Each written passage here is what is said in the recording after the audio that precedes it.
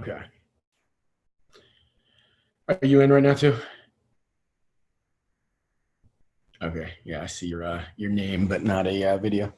Um, so yeah, I'm just as I'm looking at the sheet. Uh, I don't know. I mean, I think early on we can probably also open the chat and just ask people to throw their questions and then get through it and we'll look at some of the questions and if any of them are kind of pertinent we jump on it. But yeah, I don't know. That's my take. But I mean, however you want to do it. I mean, it should this is your world. I my take that people are going to ask specific questions. I don't say.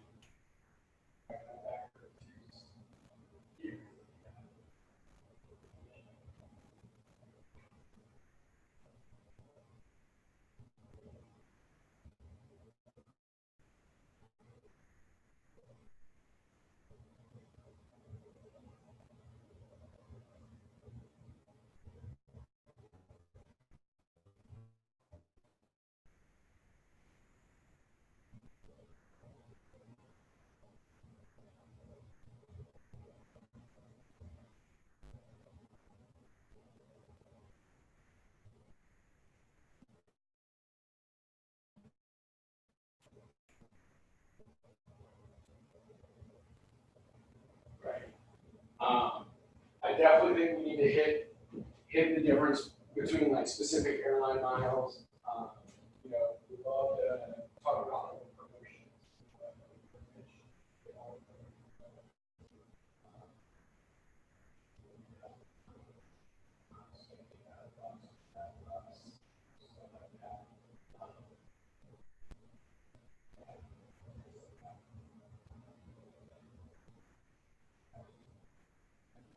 That's kind of what most people are shooting for is practical.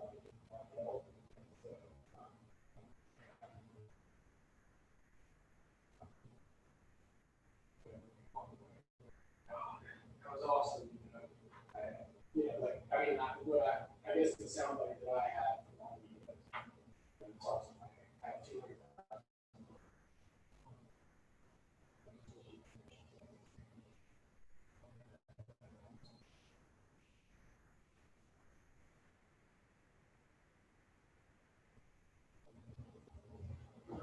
I think it's gonna be one regardless. I think we do. Here's how I think it probably goes well is I'll kind of ask you kind of follow the outline here real quick, just so that it's actually talking.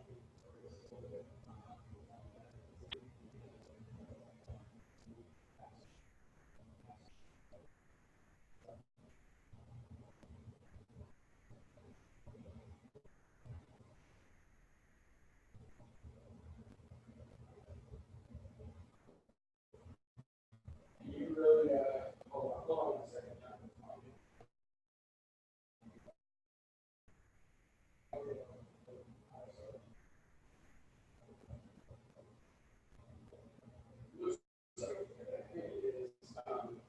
You just sign in and just check and make sure.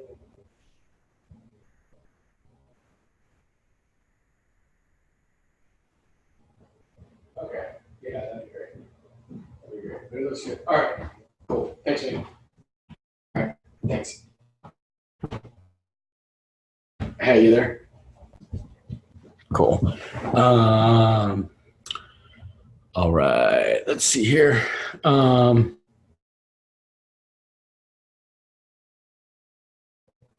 is?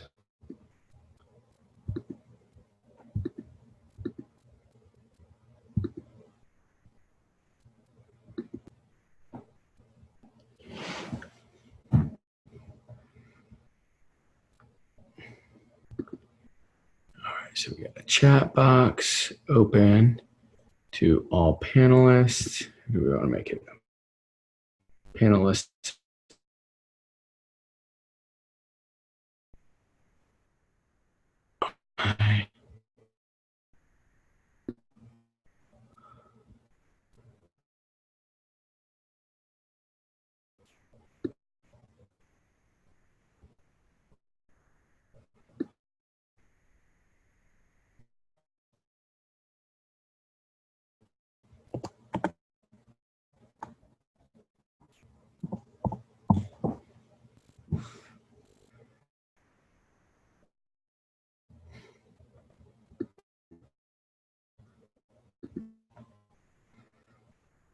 Hey, can you hear me?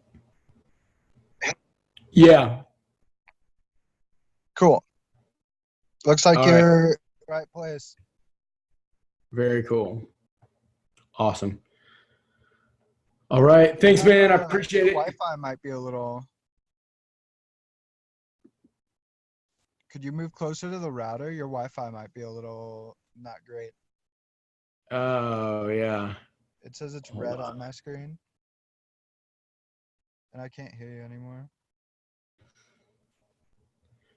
Tim, are you on there?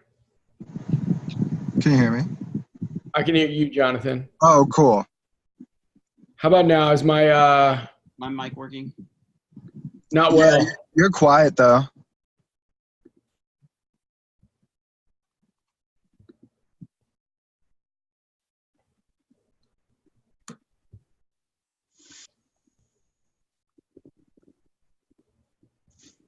Tim, you should angle your camera down a little bit so your whole head's in view.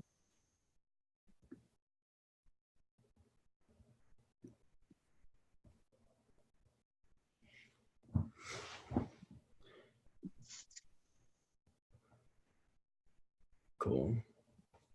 All right, I think it's going to be good to go. All right. Well, So it looks like we got Jonathan, real quick. Some of the panelists or some people are on already. Do I need to hit live or anything on here? no, if they're live, then Then we're live. All right. Cool. I guess we're good to go. Craig and Nikki. All right, cool. Sweet. Craig can hear us. All right. Yes. All right, see you later. Enjoy. All right. Thanks, man.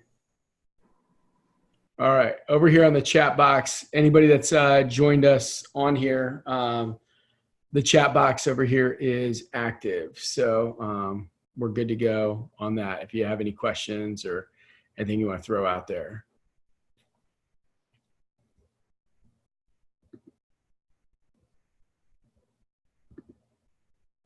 We're going to get started here in just a minute. Can you hear? What's that? Can you hear me? No, it's messed up.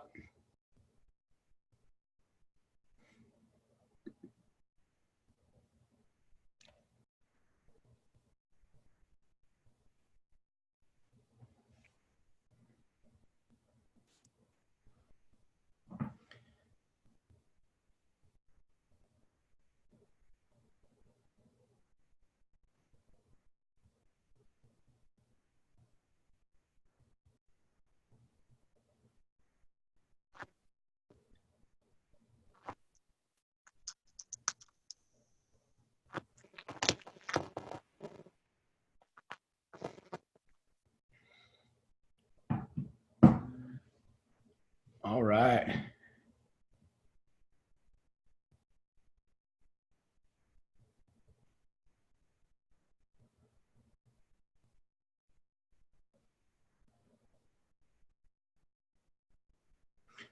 Couple more minutes, then we'll get rocking and rolling.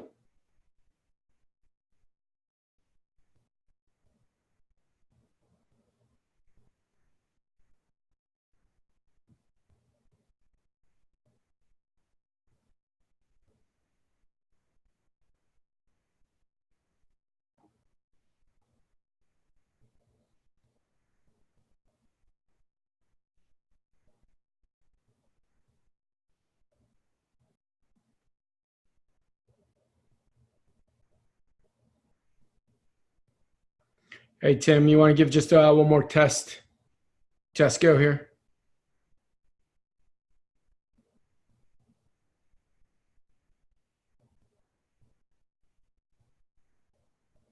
Oh, you took off your AirPods or whatever? Cool.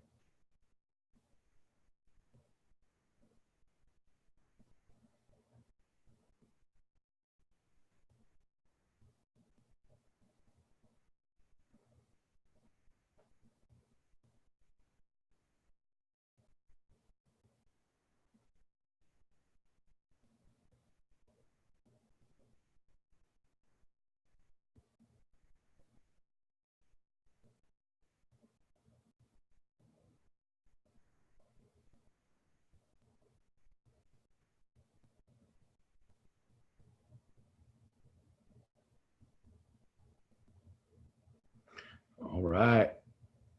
We're gonna get started here in just 1 minute.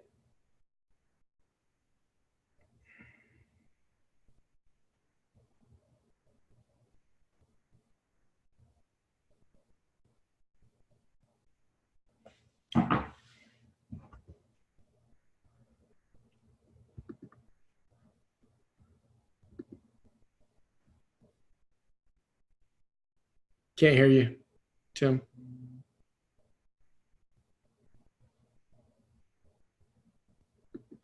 Can you hear me now? Yes, sir. Sweet. Okay, now it's working. All right. Good to go. All right. Well, here we are. We are just past 7. Anybody that's joining us and everybody that we're going to send this out to here in the future, we'll get it going. But just wanted to throw this out here. I know we're going to send out a video. We've got a ton of people that have signed up to get the video afterwards. So all of you guys, welcome. I'm with Tim Henderson. Tim is a stud. He's traveled the world over and over and over again. He's in his 20s and basically is traveling for free because he's learned how to use some of the credit card points that are being offered at a really cool level. And so while not everybody's going to end up doing everything that Tim has done, I think some of the lessons that he's learned and some of the things he's learned are just incredible. And frankly, just my story real quick, Tim and I just sat down in the office the other day. Obviously we run a real estate team here outside the DC area. And we sat down and he looked at what we were using as far as cards and points and everything else and gave us a recommendation. And within 3 months, I think I have something over 200,000 points on our card, basically able to travel without, cost, just a number of things. So anyway, I thought it'd be a really helpful tool and something that help a lot of people to ask Tim about what's going on. So Tim, how about this? You mind sharing with us a little bit about how this kind of came to life for you? Because it's like a niche kind of thing. So you mind sharing a little bit about how this came to life for you? Sure. Yeah, so basically, I think what happens is you hear a lot of times, maybe on TV or on the internet or whatever you're doing, you hear people saying like, oh, would you like to travel more? And do you wish you could travel and it costs less and things like that? And usually when you hear that stuff, you're like, okay, well, there's some sort of catch that I'm missing, or I just don't want to pursue that at all because it sounds, in a lot of ways, it just sounds too good to be true. And so probably for most of my life, I thought like that. And then about 3 years ago, 2.5 or 3 years ago, I was eating lunch at Panera with my friend Matt, and Matt was like, I was asking him about what he'd been doing for a few years since college, and he's like, yeah, I took 11 or 12 months and traveled with a friend, and we went around the world and everything like that. And I'm like, wait a minute, you traveled around the world for 11 months and you were 2 years out of college? And I was like, did you just have a lot of money saved up to do that? And he's like, no, man, I use credit card points. And I was like, what the heck? What is credit card points? And he's like, yeah, you got to get into it. He's like, I didn't pay for a single flight or a single hotel our entire 11 months that my friend and I were traveling around the world.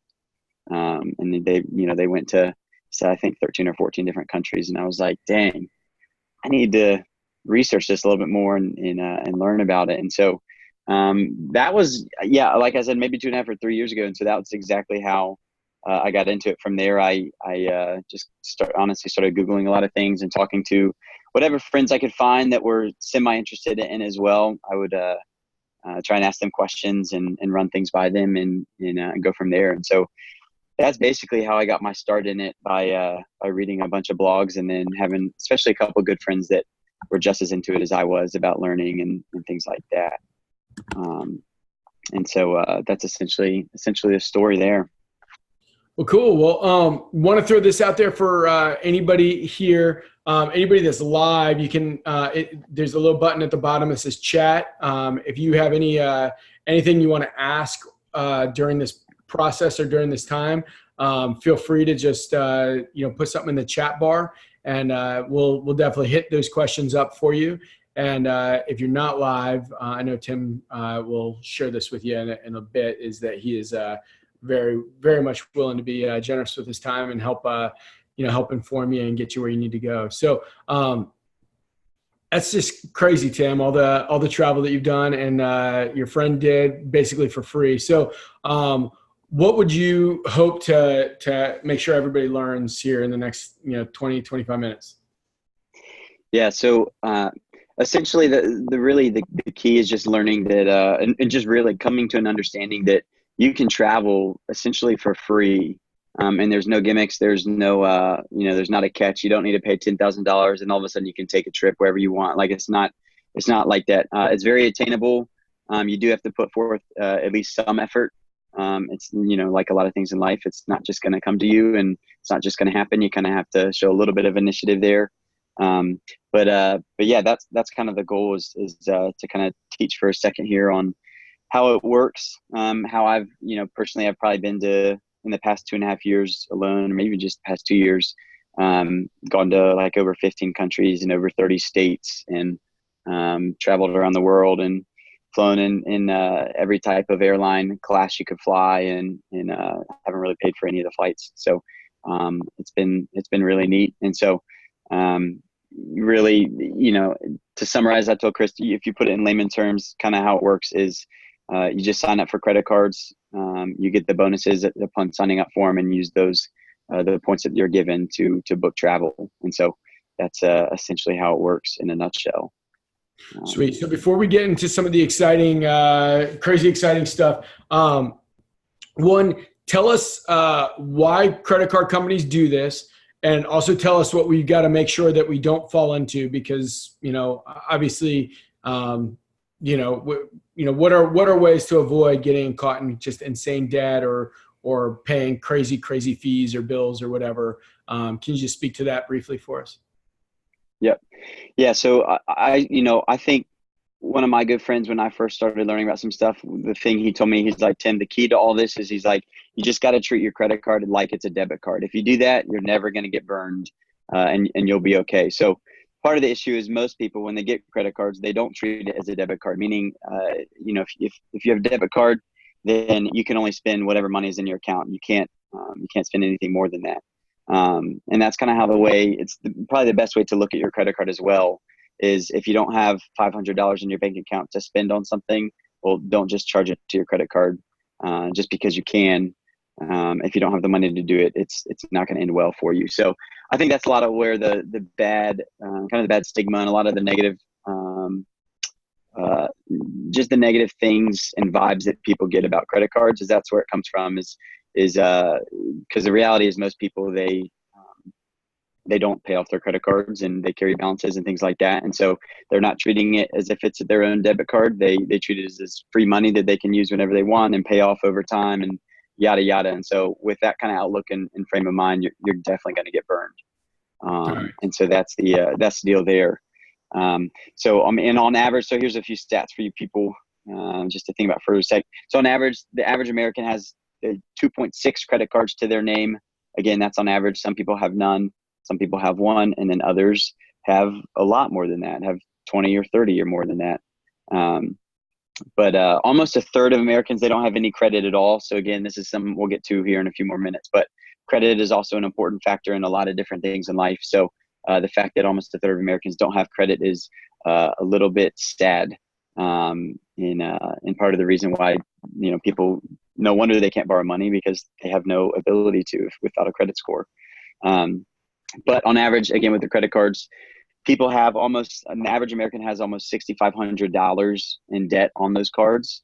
So if you think about that, people wonder, like, why do credit card companies, when I sign up for a credit card, why do they offer to give me essentially a free flight or multiple free flights? Why do they do that? Well, that's why they do that, because the majority of Americans are going to carry over half of Americans are going to carry a balance of about $6,500 on their card. And, when you're charging an interest rate, so think about it, when you're getting a loan for a house right now, you can get a loan for under 4% interest rate on the loan right now. Think about with a credit card, if you're carrying that money, your interest rate on that money that you're borrowing from the bank, it's about anywhere from 15 to 20%, sometimes even higher. So think about if you're trying to get a loan for a house and you're paying 15% right now, it'd be almost unthinkable. So real quick, let's just a couple. So we're going to do our quick disclaimer of a few things before we get into this, because we don't want anybody going into crazy debt and owing a lot of money and being like, man, this Tim Henderson guy, he ruined my life. So just give us a couple rules to live by with the cards, and then we'll jump into some of the more exciting, what to do, what it looks like, all that stuff. Yep. Yeah. So, I mean, essentially, like I said, treat your credit card as if it's a debit card. Never, ever. I mean, it's like the most important thing, but don't ever spend money that you normally wouldn't spend just living your life. If you look at a credit card as, oh, hey, I just got a new credit card. They just approved me for a sign up, or they just approved me for a credit limit of $5,000. And you think of that as, oh, I have $5,000 free dollars I can spend on anything. And you only have $3,000 sitting in your bank account. That it's not going to end well for you. So never, ever, ever spend more money than you normally would. That's probably the golden rule there. There's also ways. So a lot of times when you're signing up, we'll get to this, when you're signing up for cards, a lot of times they're going to say, hey, you might need to spend $1,000 in the first month. So the first 30 days upon opening it, you need to spend $1,000. And if you don't normally spend $1,000 in a month, you need to be a little bit creative about how to do that. So again, just continue to go back to the golden rule. Don't spend more money than you normally would living, your everyday life. Treat your credit card as a debit card, and you're going to be all right. But be creative sometimes if you might have to hit a spend on a card. So, if there's a Capital One card, say, hey, Chris, you just got approved for a card. You need to spend $2,000 in the first 3 months in order to get a 50,000 point bonus. Well, you need to know. So for most people, spending $2,000 in 3 months is not difficult at all. If you put that, you pay for your gas, your groceries, you can pay for utility bills, you can pay for car insurance, pay for gifts for other people, birthdays, Christmas. Like there's all kinds of stuff you can put on the card. Again, it's just normal spend. You're not trying to spend anything extra. It's just normal everyday life stuff. Maybe you need to book a vacation you can spend on your card. Maybe you got to do some maintenance on your car, take it into the shop. It needs an oil change. There's $50. I mean, there's tons of different ways to be able to hit spends like that. That people, you can use your credit card for.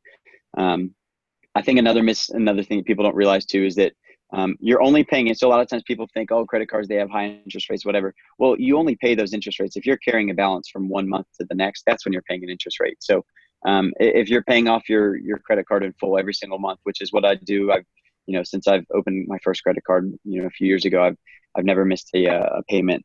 And if you're one of those people that is not very good, maybe you're not the most type A, then maybe you want to set it up on auto pay. Maybe you have bills already that are on auto pay. Well, you can do the same thing with your credit card, so that at the end of the month, you spend $2,000 on your card. It can just basically automatically pay off your card from your bank account. So you can do that. If you are more type A, then maybe you don't need auto pay. You'll be on top of it and you'll remember when you need to pay off your card and things like that. But that's those are basically a lot of the things I think about. Another big thing to think about a little bit. So every time you apply for a credit card, a new one, basically, you're going to take a little bit of a credit hit. So if you have a better credit score and you have a lot of different types of credit open, then usually your score might only drop 2 or 3 points. So it's nothing big. In 30 days, it'll be back up to normal, whatever. If you have a lower score, maybe you don't have as much of a credit history or anything like that, then there's a good chance that your score could drop anywhere between 3 to 10 points. Sometimes probably right around 10 points is the max you'll see your score drop when you apply for a new credit card. But again, all that matters is that if you're paying off your card in every single month, you're going to be okay. Treat your credit card like a debit card. You're going to do fine. And so just a quick disclaimer, neither of us are certified financial planners or financial analysts or CPAs. So anything that's being said here, make sure that I just want to make sure we have the disclaimer. You can check with somebody on that front, and that's not what we're getting at. So just want to make sure we do that. Now, with that said, let's jump into the exciting stuff here. So let me ask you this question first. Small business owner has some sort of a history. Let's just say like the conversation that you and I had, Tim, a few months ago. If you're a small business owner, what are the cards that would look great for that? And this is anybody that has an LLC. If you've ever read Rich Dad Poor Dad, one of the things that Rich Dad taught as a lesson is that the wealthy have LLCs, they have corporations, they have their own businesses. That's one of the lessons. So most people that are, a lot of people in America have their own LLC for something. And so with that said, if you have your own small business or anything like that, Tim, what are some cards to look at, and what are the rewards and what are the benefits to that? Yeah. I mean, so like we'll take Chris's example. We just did this a few months ago, but I think you guys were Redux. We've been using the debit card, right, for almost all of our business spend and things like that. Yeah, we were using our debit card most of the time. Yeah. So Like I mean, for multiple 1% cash back was what we were getting. Yeah. So, I mean, for years, I guess Redux was just using essentially a debit card and not really getting hardly any value to it, but using a debit card for all their business purchases. And so, I mean, there's a difference. So you'll see this too if you do any sort of research. There's a difference between a personal credit card and a business credit card. So personal is under your name, things like that. Businesses, you have to use a business name. But a lot of times people don't understand this either. If you've ever sold anything essentially online or maybe on Facebook Marketplace or on Craigslist or anything like that, like if you've ever bought and sold something, technically you're a business owner. Whether or not you've filed that paperwork with the IRS and things like that, that's up to you. But legally speaking, you are a business owner. You're an S corp. So a lot of ways in order to get business approved for business cards, like a normal person like myself, or maybe you're like, I don't have my own business. I just work for the government and I have my salary and blah, blah, blah. I don't have my own LLC, whatever. Well, technically you can get a business card if you wanted. I mean, this is kind of like, this is a step beyond, but you can still get a business card by just using your own social security number and claiming yourself as an S corp. And there's ways to do that. So, but in general, a lot of times people, when you're paying for something, okay, so Chris wants to pay for, let's say, for example, Redux is paying for $1,000 a month for some marketing for a mailer to go out to a certain neighborhood. Well, you can pay that $1,000. There's multiple ways you can do it. You can pay it with cash, right? Pay it with cash. You can pay it with a debit card, or you can pay it with a credit card. Those are, you could pay by check too. So those are the four ways you could pay for something, some sort of service or expense that you have with the business. Or if you pay car insurance and you pay $150 a month for your car insurance, well, same sort of deal. You can mail in a check to Geico. You can pay with your debit card. You can pay with a credit card. Or, I mean, I guess you probably could mail in with cash too. They probably would accept that. That's a little, that's archaic, I think. But cases full of cash to pay my mortgage every month. Yeah, you could do that too. But so there's ways to do that. So, but really, when you think about it, the only way you're getting something back just for paying your regular bills is if you use a credit card. So, again, it's cash is not going to give you anything back. Using a debit card, you're not going to get anything back. If you send in a check, you're not getting anything back. But if you use a credit card, depending on what the card is and what the rules are and things like that, but if you use a credit card, there's a lot of chances where that $150, maybe you're going to get 300 credit card points back. So, so I don't know. It's just kind of it's a way of thinking it is, why not use, like, why would you ever pay cash for something if you can use your credit card and get points back for it? Again, you're only spending what you normally do. You're not spending anything more. You're not going off and buying a new car just because you're able to on your credit card. You do your normal everyday spend, living your life, things like that. Why would you not use a credit card to get those points? A lot of people are using cards like already. Like what would you say are the best cards to use? Yeah. So in general, a lot of times the way to think about it too is that there's different tiers. So if you're using your standard, so let's say you have Bank of America and you're just using a Bank of America Cash Rewards Visa card. If you're using that card, I have that card. It was actually one of my first ones I ever got. But If you have that card, you're only getting so much value out of that because it's essentially just going to be giving you 1% cash back on your purchases. Then you can use that for cash back, and they'll mail you a check or they'll give you a statement credit on your credit card statement. So there's not a ton you can do with that, and that goes for a lot of the cashback cards, depending on what they are. But if they're your standard cashback card from Bank of America, Wells Fargo, things like SunTrust or things like that, you're not really going to be getting a ton of value out of that. So the way to think about it is if you want to book a flight, okay, you want to fly from DC and you want to go to Europe, and it's $1,000 for the plane ticket, okay? If you're paying in cash, how much are you going to pay? It's going to be $1,000, okay? If you pay with a cash back card, well, maybe you have a cash back and maybe you have $100 credit sitting in your account for the cash back. So, instead of paying $1,000, you pay $900 and you're using that $100 voucher that you're getting cash back from the card. But if you use like a higher end credit card, like maybe a Chase card or even Capital One card, or an American Express card, a lot of times your normal spending you're putting on that thing, you're getting points for it. So it's equivalent, that $1,000 cash plane ticket to Europe. If you're using like Chase points or American Express points, a lot of times you can use, a lot of times you might be able to use like 50,000 Chase points to book that flight. And if you're doing those points, a conversion of those points to straight cash, 50,000 is equivalent to $500. 10,000 points is equivalent to $100. 100,000 points is equivalent to $1,000. You just moved the decimal over 2 places.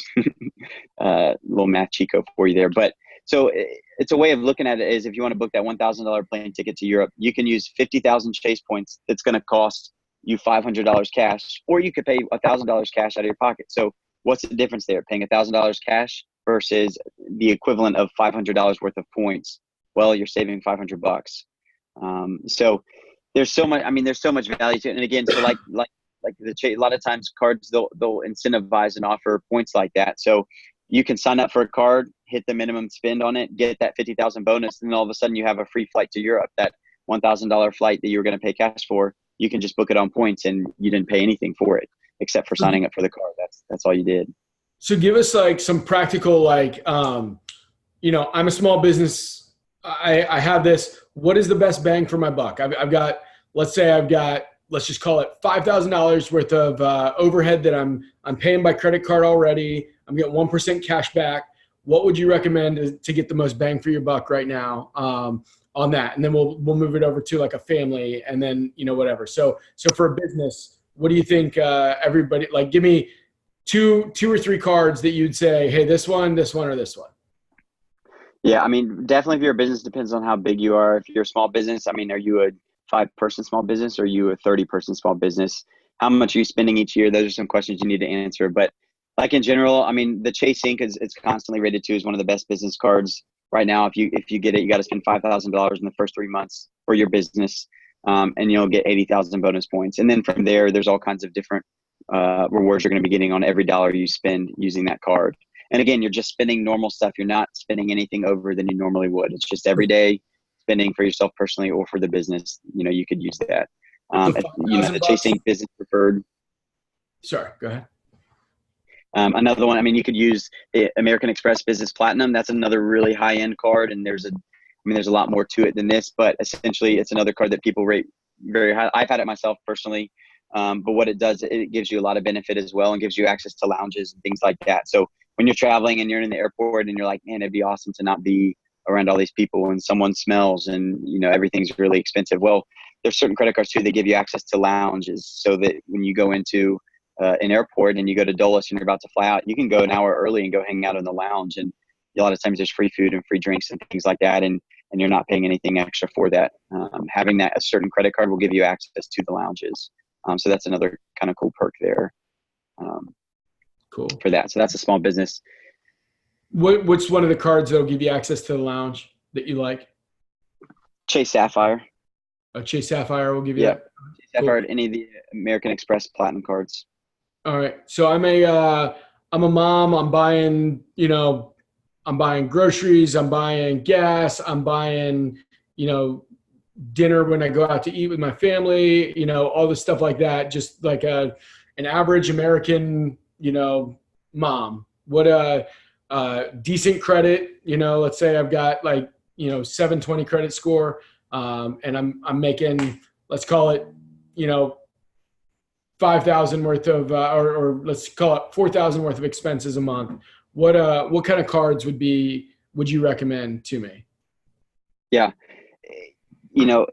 So a lot of this too, and I think this goes back to something I said earlier, but a lot of it depends on how motivated are you going to be researching or to be involved in a lot of this stuff. And so, I mean, the easy answer is just get, there's a ton of different chase cards it offers. But so if you look on any sort of points blog, the points guy is probably the most popular guy who kind of is in the travel hacking space and stuff. But if you look at his blog or a lot of the other famous bloggers, I mean, they'll tell you that chase points are the most valuable of any of the rewards points you can get. So because that, I usually tell people you should start out like trying to get chase cards and accumulating those if you're wanting to get into this, because those points are the most valuable. They're the most flexible. You can transfer them to all kinds of different airlines. You can transfer them to different hotels, to book hotels and things like that. So if you're a mom and you're spending $4,000 a month, I would say you should just get a Chase Sapphire Preferred card. It's a $95 annual fee each year. But if you're spending $4,000 a month and you're getting, basically 2 times the points on every dollar you spend, so you're getting about $8,000 or 8,000 Chase points a month. Well, multiply 8,000 times 12. What do you get? 96,000. So that's about 100,000 Chase points a year just for putting your normal, monthly spend on that credit card versus just doing your own debit card. So you have 100,000 Chase points that you can use to book. I mean, that's good enough for 100,000 Chase points can be good enough for, essentially 5 round trip tickets almost anywhere in the U.S. Things like that. Or it can be worth staying 3 or 4 nights in a really top of the line luxury hotel somewhere in the U.S. Or you could use it to book a round trip ticket anywhere in the world you want to. So yeah, if I was a mom and wanted to keep it really simple, I would just get Chase Sapphire Preferred, put all your monthly spend on that, and call it good. Right. And before I ask my next question, just throwing this out there, if anybody has any questions before we finish up, go ahead. There's the chat button at the bottom. Go ahead and click in that chat button and hit that up. So somebody's starting out. I mean, everybody's using either debit card or credit cards. You're saying all the Chase cards are the ones that everybody should look at as the first one. Is there anything with like the main bonus that you would say, all right, this card has a great bonus right now, and I would look to, or how do you deal with the bonus sections on the cards? Are you looking at that as far as deciding what you're getting, or is it just more of the long term through the year kind of point redemption options? It's both. If you want to keep it really simple, then you think about what's going to give you the most value if you're spending annually. Like you spend $50,000 a year on just living and doing things. Okay, well, you need to think about what's going to give me the most value of spending that $50,000, and I just want to get one credit card. But if you want to take it to the next level and you want to say, hey, I'm going to spend my first $5,000 living this year on this card, and then the next month I'm going to apply for a new credit card and get the bonus from that one, and then I can wait another month or 2 months later and I'll get a third card and hit the bonus on that card and then get those points. So there's a few different ways of looking at it. It depends on how much you want to dive into this whole thing. But in general, yeah, if you look at anyone who knows anything about travel hacking and the credit card game knows that Chase points are super, super valuable. American Express are usually ranked second. They're right behind. Again, because of the flexibility, you can transfer them to a lot of different airlines and hotels and things like that. So Chase is number 1, Amex is number 2, things like that. And there's, again, too, if you're a beginner and you're just starting off, you're not going to be able to get any of the really premium high-end cards that offer really great rewards. You have to start smaller and then work your way up. If you already have a couple cards. What do you mean by that? Could you speak to that real quick? Yeah, if you don't have a credit card to your name, then you can't just go out and apply for like a Chase Sapphire Preferred. You're not going to be able to get approved for that card because you don't have anything else to go by. And you probably don't have a great credit score. So you got to start off with some smaller cards. Maybe if you don't have, credit card or whatever, maybe you have one and it's hard for you to get another one. Well, then go to your bank and ask them to give you a secure, like a lowest level credit card that they have, and they'll work with you to do that. But then from there, you can kind of scale up. Yeah. Catherine, when we first got married, Catherine was told to not have credit cards because she's had some family members that didn't do well with credit cards. And so she didn't have any credit whatsoever. She couldn't even finally Discover gave her one with like a $500 a month max, which we just used to buy gas. And she didn't have bad credit, but she couldn't get any good credit. And it kept us from being able to buy a house, all the other stuff too, early on. So yeah, no, that's a good word. One last thing that I'll throw out there, and then if you have any final thoughts, I love this story about what you do. You talked about the lounges. Tell a story about the lounges, what you were doing at the lounges, and how that was working for you, just as far as buying refundable tickets. Because I think that was just it's genius. I think it's awesome. Yeah, this is definitely this is like a lot. I mean, this is like college level. If we're at JV right now, this is like college level. Because even even sometimes the bloggers who I try and connect with and be friends with and stuff, I've told some of them about this, and they're like, wow, that's very creative and ingenious, and I should be doing that. I did not think about that, whatever. But so a lot of times to access a lounge in an airport, you have to have a valid ticket. So you have to show your boarding pass to be able to get into the lounge, that you have a flight that it's, pending essentially, and you're waiting around for it, whatever.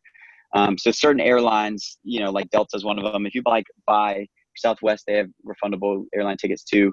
But certain airlines, you can buy so I'll go and buy a one-way refundable ticket. So there's a guy who was flying through DC and Dulles, and I wanted to meet him to meet with him face to face to talk with him about credit card stuff. So I bought a one-way refundable ticket on Delta. It was like $700 from here to Miami.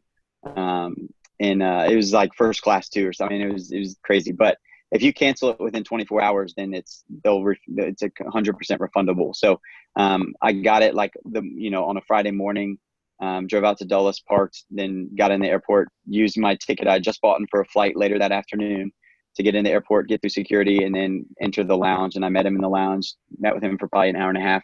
And then I walked out. And when I walked out, I canceled went on to Delta, called and canceled my reservation, and they refunded my ticket. So, yeah, there's tons of ways of being able to just to be creative and to really think critically about a lot of this stuff. But that's one way that's, you're not really doing anything. It's against the rules that the airlines, they set the rules and you're just following them, and being able to, have a great perk of getting a nice lunch and meet with a friend at the airport lounge.